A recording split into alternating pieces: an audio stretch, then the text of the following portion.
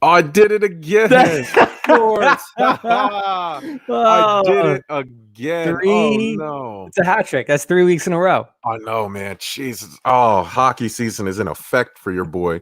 Listen, forgive me. I had a bunch of shots. Some things happened to me. I was poked and Not prodded. even alcoholic shots, like Not medical even shots. alcohol, like medical, trying to be responsible with my body, and it failed me miserably. Welcome to Stuff About Sports, everybody. We are, as always, presented by the Give Us a Shot Network. I am Jerm. That is Bert. What's up, Bert? What's up, man? I'm having a good week so far. How about you? I'm having a great week, man. I'm having a great week because my Philadelphia 76ers are in first place in the East.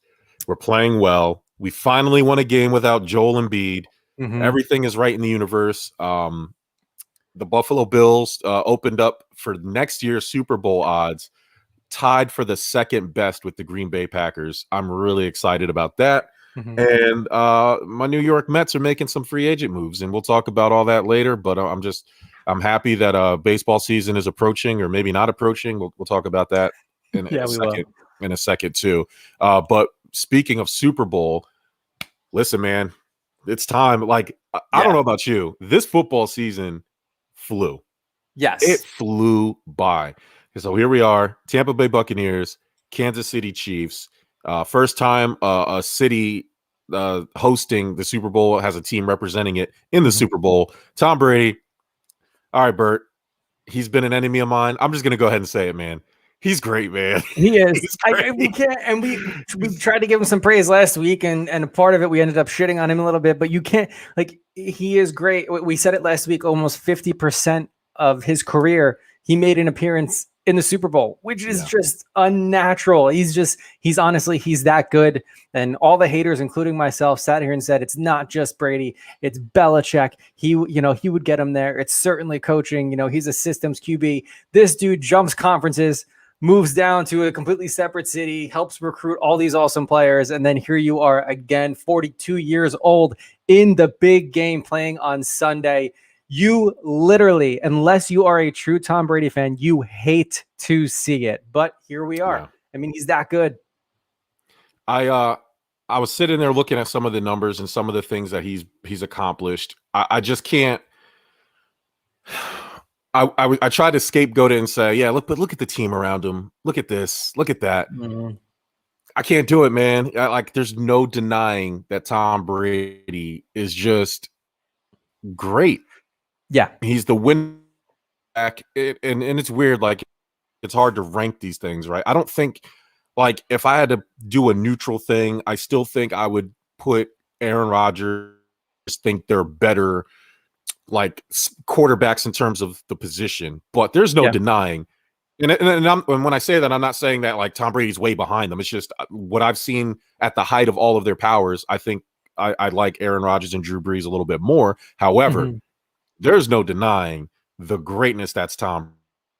He just is a winner, man. And it's unbelievable that he even said today he's trying to play until he's 45, which I'm like, well, you know what? I'm done denying you, man. You go ahead. You play until you're 60 if you can. I mean, if I were him, honestly, if I'm in the Super Bowl and I win, I go out on top. I'm calling it. Like you've already proved to everybody who may have said you may have just been Belichick's guy. It's just a New England thing. They know how to build teams, and then you go. And I was looking for scapegoating too. I was like, all right, he had a bunch of players come. I mean, they're stacked offensively, but to the same point, I mean, you still have to play to get there. And even a lot of the guys they brought in after the fact, like if you look at AB, has he made an impact? Yes. Is it a huge impact? No. But look, we'll see. They're certainly going to have a tough go at it against the Chiefs, but I've been rooting against Tom Brady, and I'm sorry, Ty, for saying this, and the Bucs, because Ty's a huge Buck fan. But I personally think that the Buccaneers are going to win the Super Bowl. And as good as the Chiefs are, and maybe I'm trying to reverse jinx it, maybe I'm sitting here saying if I say Tampa Bay is going to win, they'll actually lose. But there's no denying that they're playing very well. They now have, obviously, with Media Week, had almost 2 weeks to prepare.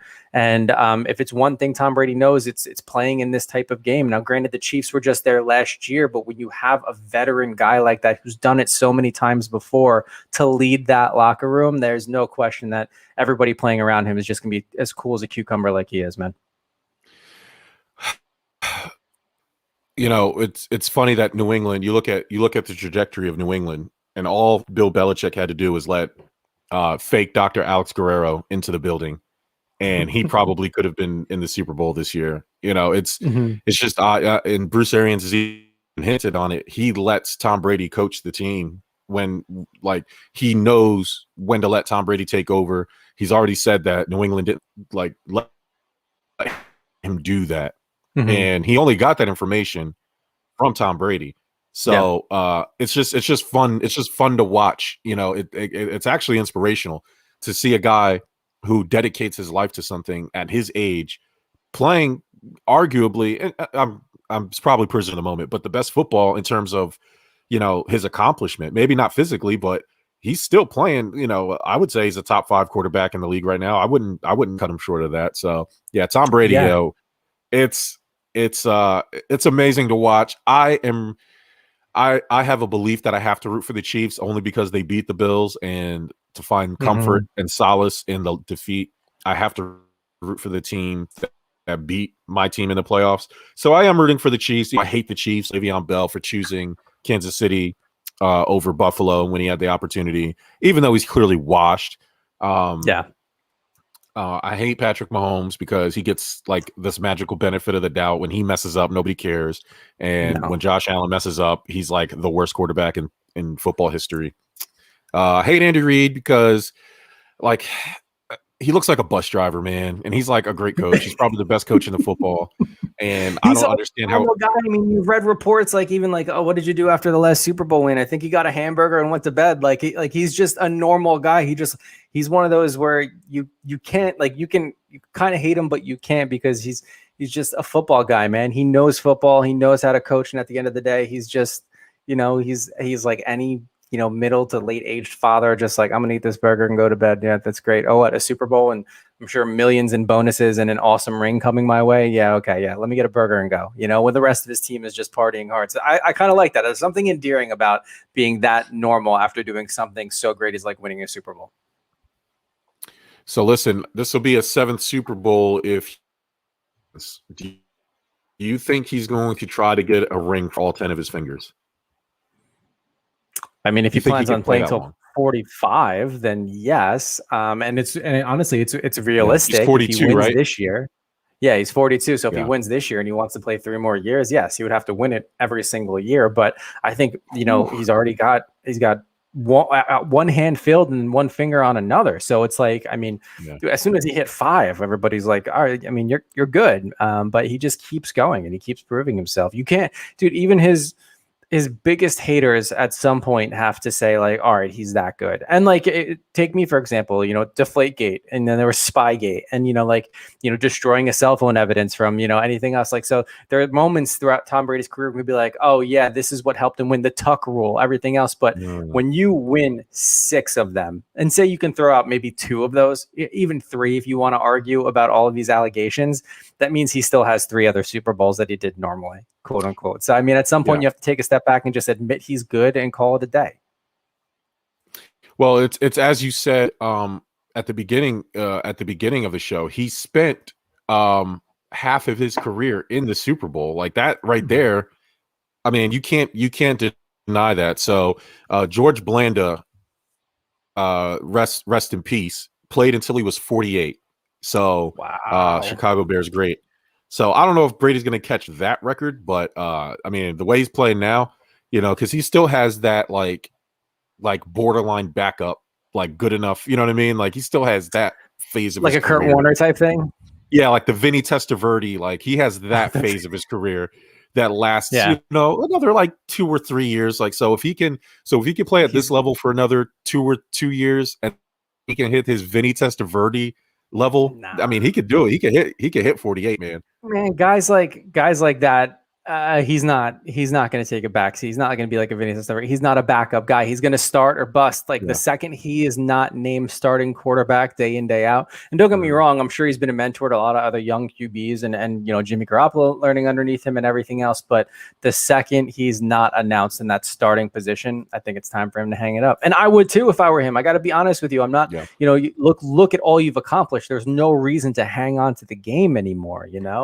And I referenced Kurt Warner. He was honestly, he was just a different human being. He likes that give back type stuff. And he had won a Super Bowl by the time he went to the Giants and helped Eli, push him to stardom in itself. And then after that, went to Arizona for a bit, and eventually, retired and then began commentating. But overall, Tom's not that guy, man. The second he's pulled, he's pulled. You will find out. So you said you have the Buccaneers. I think the Chiefs are going to win. What are your? I can't. I gotta look. I looked up the over under earlier, and I forgot. I'm just going to look it up real quick. Yeah. For the Super Bowl, it's got to be high. Like it's got to be above 55. Yeah. For this Super Bowl. I mean, I would think so with both of those high-powered offenses, which is why I honestly think it's going to be a lot closer than people think. I'll say it's going to be 28-17 Bucs. Okay. Well, it's odd. The Chiefs are a -3 favor. They're -3. They're opening up right now. And all of most of them, except MGM, they have it at 3.5. I hate when they do that shit. Like, yeah, it's like, what 3. are you looking at versus everybody else? Yeah, like it's 3. Man, I'm gonna go higher. I'm gonna do like a 42-35 type game, bro. I'm serious. Honestly, it should. I mean, last year's Super Bowl I thought was good. The year before that, I mean, the Rams Pats one was miserable to watch. I think that was the year before that. But because it was just not scoring at all. So I mean, I hope it's high scoring. I do. I just think it's going to be closer, and I think we may see more defense in this game overall. I mean, look, if you look back to the Bucs game that they just won against Green Bay. I mean, if it wasn't for, they played. So Tom Brady made plenty of mistakes that led to Aaron Rodgers having an opportunity and just not converting on those. So we could see a lot of that. And rest assured, I would think Patrick Mahomes would capitalize on it. But to the same point, I mean, I don't know. I think we could see kind of more of a defensive crackdown and teams playing a little bit more cautious at first, which is why I still think it's going to be closer than everybody thinks. But I would say no more than 2017, like I just said. All right, we'll see, man. I'm really excited for what it is. That's Bert, Trisha. Don't do that. Oh. That's the prettier Corey. Oh, come on, man. Trisha, I would shout out to Trisha though. Shout out to Trisha, but she should write back just saying, look, yeah, I know it was Bert. I was just messing with him. Yeah, that's the prettier Corey. That's Bert's. Yeah. I think the hat is throwing people off, but we got these new Scullys. I wanted to show them off. I think they're awesome, man. Yeah, and you can check those out at Oh no, you have to forgive. She feels really bad. You have to forgive Trisha. Shout out to Trisha. She took a fall. She's going to need surgery. She broke her ankle.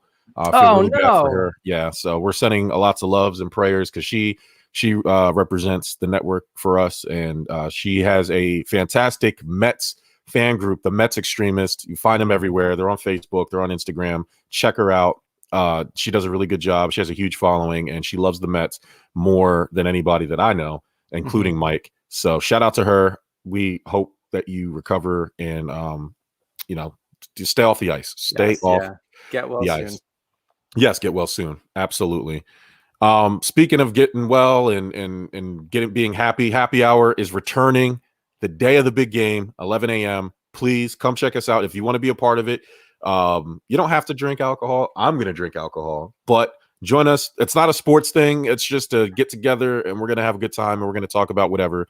We're going to have a bunch of the other shows from the network and some special guests joining us. So if you want to be a part of that, all you have to do, you are welcome, Trisha. No problem. That is the very absolute least we could do. Hope you get better. If you want to join us and have a good time, come check us out. Let's stick with the NFL, sure. Bert. Let's stay happy. I don't want to get upset too early. Okay. Let's talk about Matthew Stafford. Oof. I'm just going to go ahead and say it. We're not a political show, but if Matthew Stafford was black, he wouldn't have lasted this long in the NFL. And no other, he's basically white Jameis Winston. There's no way a black quarterback could lose for 12 years, go 0-3 for the playoffs, and still have a job. There's no way. I mean, Cam Newton had a job for years, though. Not for 12 years. 12 years you stick with this guy, and you've only made the playoffs 3 times, and you're 0-3 in the playoffs. And so here's my thing with Matt Stafford. And before I let you go, because it really bothers, like, he's 32.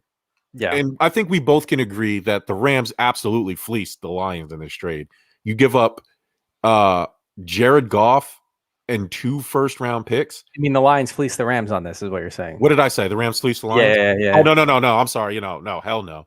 Yeah. The Lions fleeced the Rams. They got the better end of this deal. Yeah. They just Matthew Stafford. Maybe it's me. Maybe I'm making it up, but it seems like he always gets like top 10 quarterback recognition, and he hasn't done literally anything. I just don't understand it. I don't understand the love for Matt Stafford. Because he's like the I don't know. He's like the pretty girl that everybody flaunts over, but you find out like she's dumb as a rock, and like she's not really all that. And the only reason she gets attention is because she looks good. But she literally, that's it. That's who Matt Stafford is. And I don't understand how like people are actually praising the Rams for this move. Can you explain that to me? I don't, because here's the kicker, right? I'm pretty sure that so the Rams took Jared Goff #1 overall. Yeah.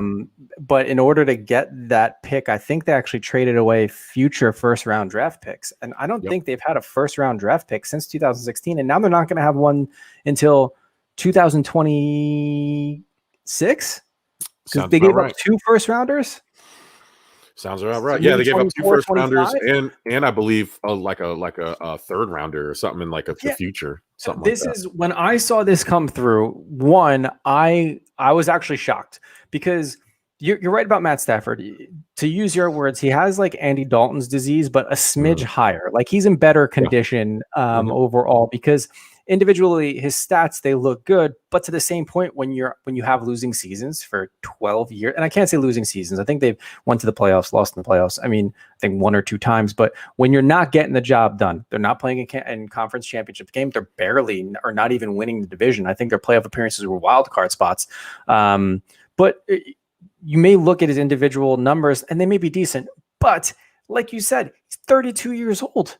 And then you're going to trade him with Jared Goff and get first round pick. I don't understand what value the Rams saw in this, unless they were looking for some sort of cap space. I'm honestly at a loss when this came through, because if I'm going to rebuild my team, it's not going to be with a 32-year-old quarterback that after 12 years hasn't really amounted to anything team-wise. Individually, I'm sure his numbers are there, but it's shocking. I couldn't believe it. And then my mind immediately went to another quarterback that requested a trade that has far more value than Matthew Stafford was, and that's Deshaun Watson.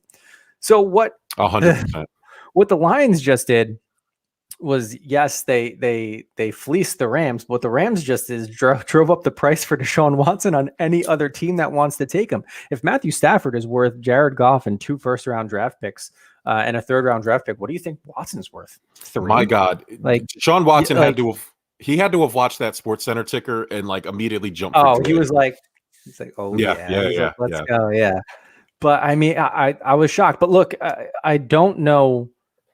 Let's break this down even more. I don't know who. Well, obviously the Rams won this for their future picks, but in terms of starting quarterbacks next year, who is anybody predicting either of them to go far? Like I don't. And Goff is decent, but I mean, is he actually going to do something differently in Detroit that Matthew Stafford couldn't do? So here's my thing. When I thought about it, it's essentially you're betting on the now for the Rams. Like, do you think they were just a quarterback away? I don't know. It's. Jared got hurt. The team was kind of struggling. He came back on a broken thumb, and they won the game to get into the playoffs, man. Like I don't, and the Packers were just overwhelming at that point. You know what I mean? Like that's just like, and I don't understand what the Lions made out.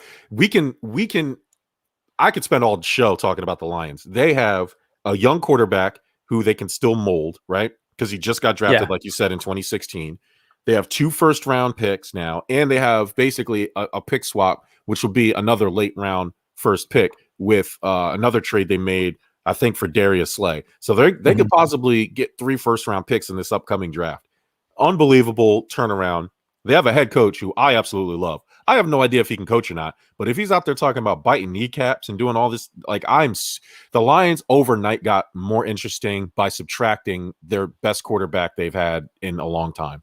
So, it's just I look at Matthew Stafford like you had Megatron, bro, and you wasted it. You know, I don't understand how you could Mikey P, what's up, man?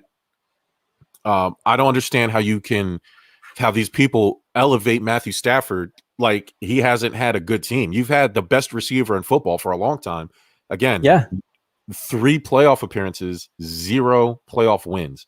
And like you said, you get 2 first round and a young quarterback who isn't bad.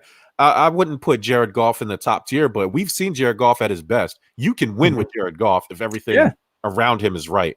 Jared Goff at his best showed you that he is a top. He's a Super Bowl quarterback. He's a Super Bowl quarterback. That's exactly what he showed you. Did he produce in that Super Bowl? No, but neither team's had offense in that Super Bowl in itself. But the only saving grace for me and Rams fans is knowing, like, if you look what Phillip Rivers did in Indy last year, that kind of proves that maybe a quarterback and one that's flown under the radar when it comes to great quarterbacks can do with a team like that. I mean, because honestly, I know he just recently announced his retirement, so we can go on to have 17 more kids. But I honestly think that maybe this could be similar to the Phillip Rivers thing in Indy. Maybe Matt Stafford goes there. He has a good team, good foundation around him, and he does something. Look, we will see. Maybe we'll eat our words and saying like, oh, I guess, he was worth that overall. But initially, my knee-jerk reaction is, what the hell are they doing? I couldn't believe it. But I mean, look, here's the first thing I do when something doesn't make sense to me, trade like this. I go to their fan base, and their fan base, honestly, even keel about it. So they're like, okay, yeah, we get it. And if that's what they think, then it's good enough for me. Then they must know and they must believe more than I do. So shout out to the Detroit Lions fan base, and shout out to my man Ant Page. He's a huge Lions fan. I've known him for years, and I immediately hit his inbox and said, "What the hell, man?" And he was like, "Listen, I was ready to go." He kind of, it's just run its course. You know what I mean? Like, there's only so much you can do. Matt Stafford's always hurt. It's like there's always something, and he's not taking away. Like, he thinks he's great. It's just he's just been here too long now. It's like now we need a fresh start. Like, how many years can we just throw Matt Stafford out there with whatever pieces? It's time for something new. You have a new coach. Let him get a quarterback that he wants. Apparently, Dan Campbell wanted Jared Goff and these first-round picks. It's beautiful because they have the 7th pick in this round. They're not going to use it on a quarterback. They can go out there and get a Devonta Smith. You know what I mean? The wide receiver from Alabama. And really, because I think they're going to lose either, because I believe Kenny Golladay and Marvin Jones are both free agents, like restricted. So they're probably not going to be willing to pay both of them, but they could probably keep one and they'll let one go. And then you could draft the best receiver in the draft and Devonta Smith at 7, which is very feasible. So it's funny that you brought up Phillip Rivers. That's Matt Stafford is basically younger Phillip Rivers with a better arm and just less career wins. That's literally what he is. So if you think that's worth Jared Goff and 2 first-round picks, then shout out to you, the LA Rams, I guess. I mean, if anybody's listening that has a different take on it, let us know. But I'm sure everybody's just in the same boat we are. Like, I mean, hey, it is what I don't get it, but it is what it is. All right, and here's another thing I don't get. I don't get how you can savagely beat your girlfriend. Pick the lock, or sit and go back and drink your smoothie and eat your dinner. Find out that she's still walking around and say, "Wow, you're still alive." And then break into the bathroom door after she calls the police on you, where the cops find you breaking into that door, and then struggling with the police and fighting them so they wouldn't arrest you. And you only get charged, and then you weren't cut for a few days after this incident, after the arrest, because the Seahawks wanted to gather information. NFL didn't say a peep about it. ESPN didn't say a peep about it, right? The police said we had to taser him, and it didn't work. So obviously there was some sort of struggle. And obviously he must have been on something. Right. I know he's a bigger dude, but let's be like, dude, if you get tasered and the police are still struggling with you, like, you're on one. Like, it's just. So and then his charges, I'm trying to find them so I Two can felony charges: first-degree domestic violence assault and domestic violence unlawful imprisonment, along with resisting arrest and a misdemeanor. But he's been out of jail on $400,000 bail. That was on January 26th. Look, my own personal take, after knowing those details, and I'm sure this was all on the police report too, you have resisting arrest, fighting with police officers. Clearly, the fact that beat her savagely, thought she was dead, went back to eating whatever it was he was eating. Once she found out he was alive again, snide comment goes, "Oh, you're still alive." Then tried to break back in and almost finish the job. Why was a bail even set? Why was he not charged with attempted murder? That's an excellent point too. Let me ask that question. Why was he not charged with assaulting the police officers? Why was he not charged with essentially almost manslaughter, right? Like anything that could have, like, he tried to kill I don't know if attempted manslaughter is a thing, but he tried to kill that woman. Yeah, I think attempted murder would be. I mean, look, I have no cover it, right? whatsoever, but I'm pretty sure. I mean, he tried to. At the first time, the lawyers could have argued in the fact that, like, all right, it was domestic violence that got carried away. The second time, that is attempted murder. When you go out to try to finish the job, then yes, that's 100% attempted murder. This is disgusting. This poor woman and this dude was able to pay $400,000. Now, granted, that's not small change, but for me, someone like a savage like that, like, should not be let out whatsoever. Like, fuck him. No, absolutely not. There's no room for that anywhere, no matter who you are or how rich you are.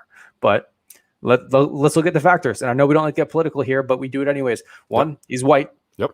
Two, he's rich. Mike said that. Yep. And Bert, you absolutely hit on the head. Yep. Go ahead. Sorry. Go ahead. Two things. White and rich. And what amplifies the race issue for me is what you brought up before. Seahawks didn't cut him because they wanted to fact find, and the NFL hasn't said shit. NFL hasn't said shit. To be kidding me on that. The fact finding, here's what you need to fact find.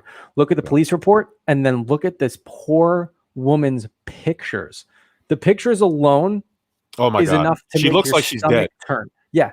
Like, it's not for the weak stomach. It's going to make any normal person just cringe, and then like me get incredibly angry and how someone could absolutely do this. But knowing that there are absolute monsters out there. But for the NFL and the Seahawks not do anything because they want to find out more. What more do you need to find out? How about a statement saying the Seahawks are suspending him indefinitely pending investigation, because at least there's an action with that. So that's the least that they could do. But they should have came out at least 2 days later and said, you know what, he's cut. We don't obviously support this type of behavior. And then Roger Goodell, what are you doing, dude? The NFL's a zero tolerance policy on illegal substances. Poor Josh Gordon has been kicked out of the league more times than he can count on both hands because of marijuana, but you're going to let this woman beater, like an attempted murderer, just walk around and with no statement whatsoever. Like, come on. Like, this is ridiculous. Thank you for using that terminology, because it seems like every time I read the story or ESPN tries to put out like a little 15-second mention of it, they call it assault. They call it this. No, this was attempted murder. Stop trying to sugarcoat it. Stop trying to dilute what it is. And it's exactly what you and Mike said in the comments. It's because he's white, man. Like, what other proof do you need? They still won't let Colin Kaepernick play football. Okay. And I hate that I have to do this every time we talk about it. But when I say white people, I'm not talking about the white people I love and cherish and respect, like Bert, like Mike. When I say white people, the white people I'm talking about. The white people that won't say shit about this, but they'll sit there and argue about Michael Vick and call him a monster. Yeah. All day. Still to this day. Still talk about how Colin Kaepernick is a terrorist. You're willing to go that far for that. But you won't say a word about Chad Wheeler beating up his black girlfriend.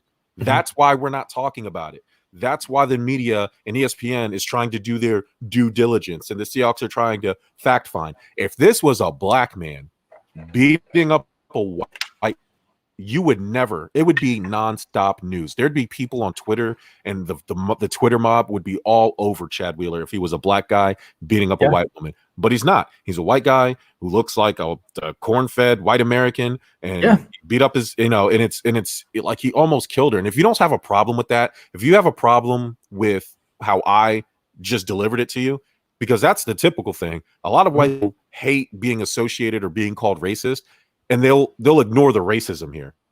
This is what black people are talking about. Why is this Chad Wheeler story not a bigger story?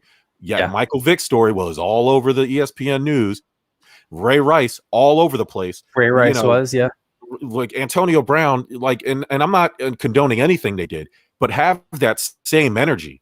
Keep the same thing alive. Like, don't so when we see that, it forces me to defend, assholes like Antonio Brown and Ray Rice who clearly do something wrong.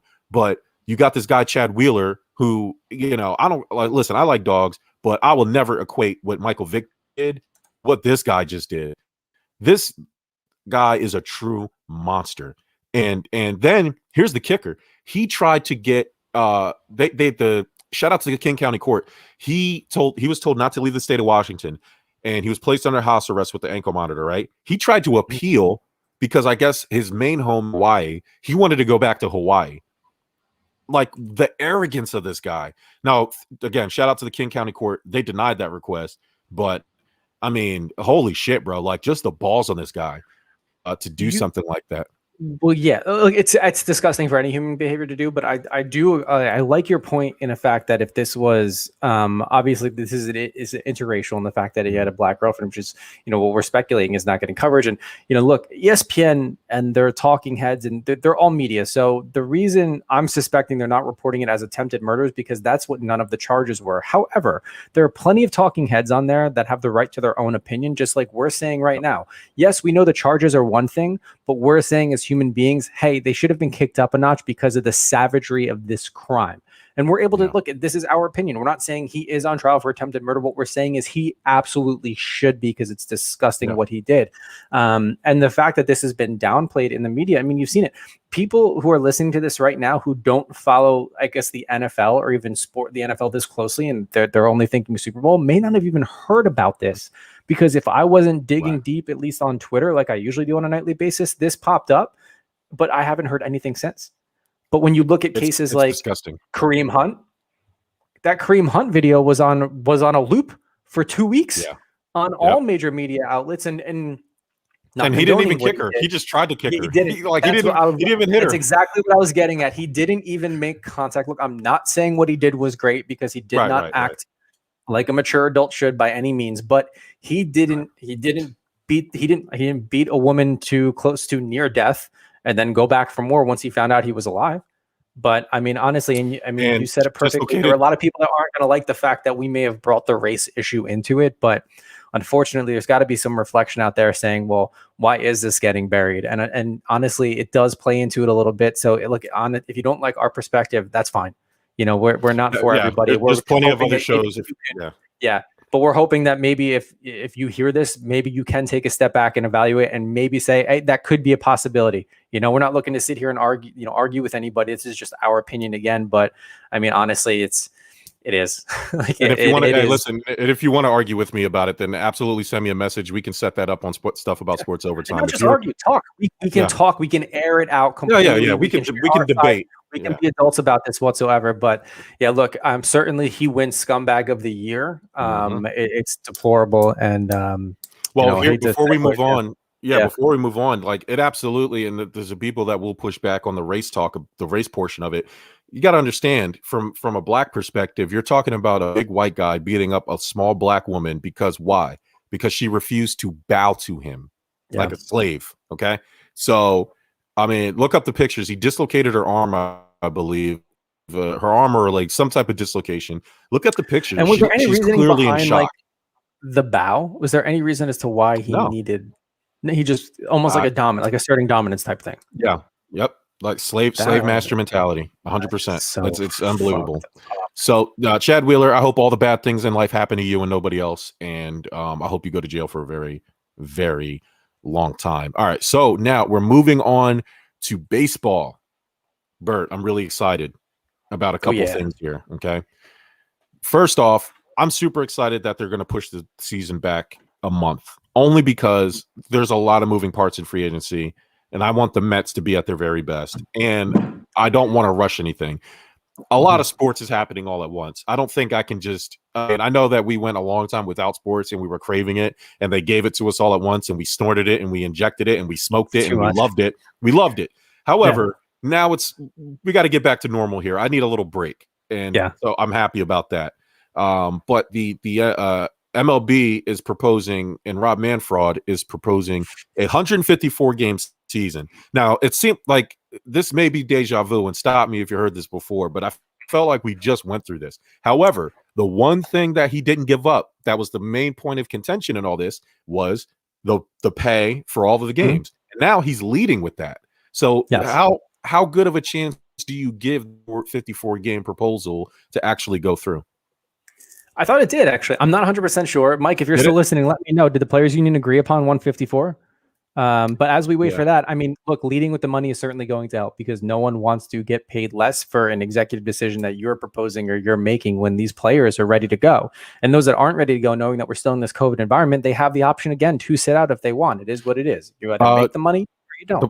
The players union actually earlier today or yesterday, late last night, actually rejected the proposal.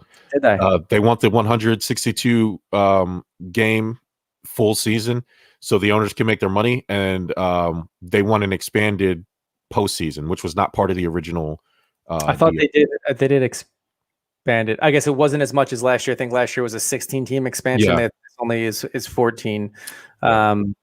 I get it when it comes down to ownership and making their money back, but I still think we're a ways away from having fans in stadiums. So I don't know, what other ways that they can potentially be making their money in itself.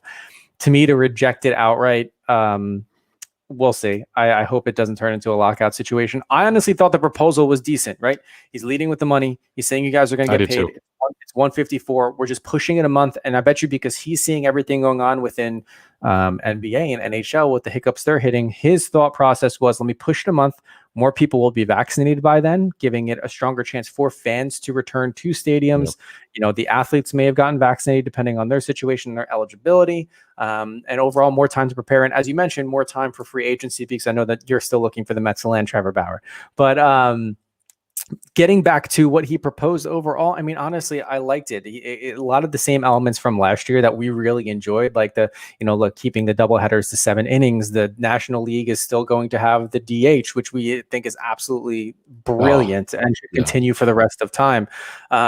So, I mean, I don't understand why they would go ahead and reject it. Saying it's giving Manfred too much power, because I did read that too, that he would. That's his job, though. But for him to come back and be able to change things on a dime as he sees fits, that's what they didn't like about it. So Manfred had the right to stop that's a problem. or spring training at any time if he feels conditions are unsafe, or if local government restrictions prevent 5 or more teams from playing home games, I think, or if they restrict travel in the U.S. So that doesn't sound bad to you, that like the proposal itself, there's nothing wrong with it. However, it reminds me of like Nancy Pelosi and Donald Trump. We just don't want this guy to have the power. We don't want this guy. It has nothing to do with the rules and the 154 game season. It literally has nothing to do with the actual game. It's just, we don't want Rob Manfred in charge. That to me doesn't help baseball. Like, play the game.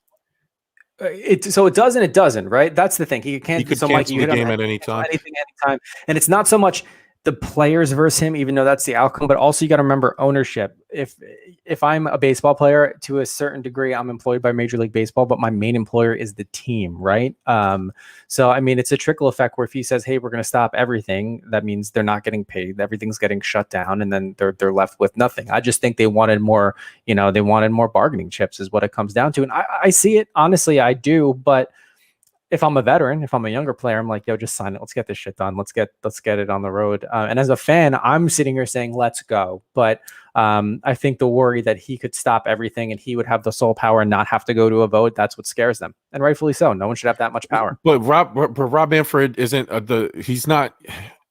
like he's not going to wake up and be like, you know what, I don't want baseball this week. You know what I mean? He's never going to just do it. Those stipulations were if he feels conditions are unsafe or if local government restrictions. So basically, if he ever says like, well, local government restrictions, it is what it is. It's either, different states governments are saying that they can't play. And if that's the case, then he's going to call it. But I think with the terminology is where if he feels conditions are unsafe, but he's a businessman. He's in this position because of the ownership, because of the league in itself. So to your point, why would he ever just wake up and say, no, we're not going to do this anymore? He's never going to make the decision on his own. He would, and that speaks to the trust between the owners, the players, and Rob Manfred. It's like to me, and I'm the last guy to sit there and defend Rob Manfred, but he doesn't seem like the type of guy that is just going to wake up and on his own, like just read Twitter and be like, I think I'm going to cancel some games today. He seems like a guy who would get the information and make the best choice. Like people act like he doesn't want to. He makes money off the game too, so it behoove of him to just start canceling games willy nilly.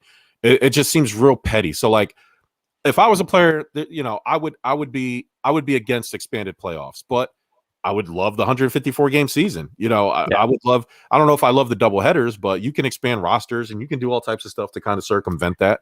I feel like a shorter season is safer, even though it's more condensed. It's like you don't want to stretch that type of thing out. That's where the players. I felt like the shortened season helped baseball, but that could have just been.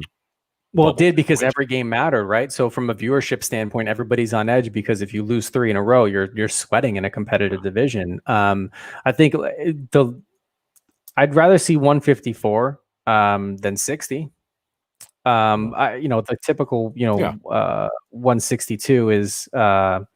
I've always said it's a little bit too long. But to the same point, like I don't want as short as 60 in itself. I think the other concern amongst players in the fact that they were going to play 154 games in 166 days. So that is a sprint, and that's leaving very little room for error should any teams have to push or be rescheduled or anything that we saw again too. So look, it wasn't a bad proposal. Hopefully they can figure it out. We're going to need to see some baseball. There were some great free agencies, some great signings on both New York sports teams, me being a Yankee fan, you being a Met fan. So we just want things to get back to it. And we just hope that it can certainly happen. So please, Major League Baseball and the Players Association, just get it done. Be adults about it. Come on, get back to your job. Everybody has a job. Go get back to yours. Shout out to Uncle Stevie for weathering the storm, the Twitter mob, getting us some much needed depth at pitcher to the last couple days. Yamamoto, we got the old boy from the Rays. Like I have an old adage: if he's from the Tampa Bay Rays, he's good. Because somehow the Tampa Bay Rays managed to get all these great players, not spend any money on them, and they always end up far in the playoffs. So if you can get a player from the Rays, you're in good shape. And so we just did that. So shout out to Uncle Stevie, Aaron Lupp. That's the guy's name. Yeah. So shout out to him. That's baseball. I'm excited. Like I said, I need a little bit of break. Basketball. Luckily, the Sixers are doing well. We're first place in the East. And did you see the courtside Karen LeBron James thing? I did. I actually have that on my list to bring up if we were looking for it to fill. But so let's can we dive into it? Yep, go for it. Okay. So I saw this, and my first reaction was, is LeBron reached a point where he's no longer an athlete? People are seeing him as like the holy fucking grail to anything sports, because it really annoyed me for 2 reasons. And I'm not saying players shouldn't get mad at people chirping at them. You're a human being. Things are going to get on your nerves. But to go back at a fan you've been playing this game for how long? How many boos? How many heckles? How many everything are you going to get? And then everybody stops and the refs stop it. And then, management comes in and ejects them from the game with a limited crowd anyways. And then here's the kicker. At the end of the game, he's like, I didn't think it was worth getting kicked out for. It's like, so why'd you throw a fucking tantrum about it? Why couldn't you just like have a smile on your face? You were like, he was, when I say, you saw it, jawing at them, dropping F-bombs, just like some heinous shit coming out of his mouth. And then to say like, it wasn't a big deal. Actually, we can use some more of that again. It felt nice to be back with fans again. It's like, you can't have it both ways, man. Like you can't act like a prima donna and act like words hurt you that much where they got to get kicked out. And then the whole situation just really boggled my mind in itself. And I honestly couldn't believe it. I was like, can Can we get back to the fact that yes, he's an athlete and he has feelings, but at the same point, like, do we need to stop and do we need to make sure that his feelings are okay? And if they're not, we have to kick them out, you know? This is just another case of why La Fraud, LeBron's medal, La Fake, La Soft James. All right. He's just what is up with this guy, man? He's cursing out. So the story is, first off, shout out to her. She's like 25 and she's married to like this 60-year-old dude. So you already know what 25. She looks a little bit older than 25. Listen, I'm not gonna. She looks older than 25. I don't care what her age is. She's hot. She's hot. No, she is hot. Absolutely. Yeah. Listen, but we already, like, you see her and you see him and you know what type of time this is. So apparently, I guess, you know, the guy said something to LeBron, or LeBron, you know, and then LeBron said something back and she just said, don't talk to my husband. And she says LeBron said, sit down, bitch, or sit the fuck down, bitch. Yeah. Somewhere to that extent. You know, who knows? I'm sure the cameras pick that up and they'll conveniently say, oh, no, we didn't hear anything. So that's to tell you who to believe here. Mm-hmm.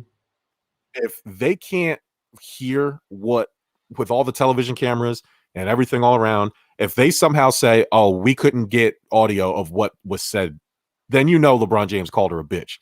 That's how you know, because they're going to protect him. There's no way they're going to let the golden goose LeBron James get caught in any type of controversy while he's wearing Laker colors. There's no way. So I already believe her because she has no reason to lie. You know what I mean? Like, it just, you know, but shout out to her. Her Instagram followers tripled after LeBron called her Karen. But you're right. Like, LeBron, why are you talking to the fans, man? You're LeBron James. Like, don't talk to the fans. Just walk away. He's an old dude and his little young hot wife. Like, in Atlanta of all places. Are you nuts? Yes, and they're originally like from Miami. He's just a fan. The only time it would have been acceptable for him to really dig in and go back is if she said something so heinous as like a racial slur, or like anything derogatory to attack someone's, like, just like anything like that. That would be enough for anybody to stop a game and be like, that's unacceptable, not just here, but anywhere. You need to get the F out of here. But something as simple as this dude, you know, this chick's husband chirping at him for his game, it's like, come on, like, how many years have you been in this league? You know how you shut up them? You know, shut up the hitters the same way you've been doing it. Just play the game, you know, hit the three, look back at them and smile and taunt them because you're winning. That's the best way to do it. But if for something as easy as just like, you know, if he's chirping and you're like, oh, shut your mouth, like, just stop. Like, that just shows that, okay, I get it, for the past, you know, however many months you haven't played without fans, and now fans are here again and you can hear them and they're getting under your skin and maybe knocking you off your game a bit and you can't take it. So you're clapping back a little bit, but dude, you're paid for this. I gotta be honest. I mean, I know it's so easy for me to say, if I was a professional athlete, I'd be like, hey, yeah, I'm making money. I'd let it roll off my back. But I know, as competitive as I am, if someone's it's going to get under my skin, but he's been doing this too long to start this shit now. So come on, man, you're better than this. Yeah, he called her husband old steroid ass. I mean, the dude's jacked. He's clearly on steroids. I'm looking at him right now. I mean, I would have to be too if I landed that. I need to keep. I need to do anything. Yeah. Oh, like I said, they're from Miami. You know what type of time this is, but it just seems so beneath LeBron that it's almost laughable, man. Like, what are you doing? And then, you know, the power of LeBron. You know, courtside Karen. And they're already trying to make Karen a racial slur now. Like, it's like, what are you doing, man? Like, bringing that attention. But shout out to her. She went from like 12,000 Instagram followers. She has almost 70,000 Instagram followers now. So I guess she can. I mean, this got more coverage than what we just spoke about. So everybody's talking about this. Like, thank you, Bert. We know this more than what happened with Chad Wheeler. That's unbelievable. Unbelievable. So I think that's it. You can catch us Saturdays on Sound Machine FM. If you are in business with Sound Machine, you can catch stuff about sports on there. Shout out to Ricky and the Pipe Bomb Radio guys over there for putting us on. And if you have a sports podcast, and you want to be part of that, reach out to us. We will put you in contact with Ricky. If you want to check out some sweet merch like the beanie Bert's wearing, or the shirt and the hat that's in the background, or the maybe next year shirt that's right over here, gone on over to www.giveusashot.network/shop. You can find stuff about sports merch, the Divide merch, 30 merch, general network merch, everything. We revamped the shop. It's easier to navigate, and you can get all your favorite stuff there. And you can use the promo code SHOPBOYS with a Z to get $5 off of your apparel. Bert, you got anything else? No, I mean, look, next week, one of our losers from the Bucket of Doom is going to have to go out and buy that maybe next year t-shirt behind you. So just a reminder, we got the Bucket of Doom finale on Super Bowl Sunday. Josh has the Chiefs. Brandon has the Bucks. One of them wins. One of them loses all around. Honestly, I cannot wait. And then once football's done, focus turns to every other sport, just like every other week. So we appreciate y'all. Yeah. No, I'm sorry. Go ahead. Finish. I was going to say, we appreciate y'all tuning in week over week, and allows us to, do this fun little show, and, can't wait for next week. 12 days from now, your boy gets out of Facebook jail. We'll be back on Facebook Live. Valentine's Day. What a turn. Valentine's Day. The Facebook fell in his bike. I can't wait for March Madness. If they're going to have it, we will have the bracket of doom. Oh, yeah. We will come up with something fun for that. Another bucket of goods from the network.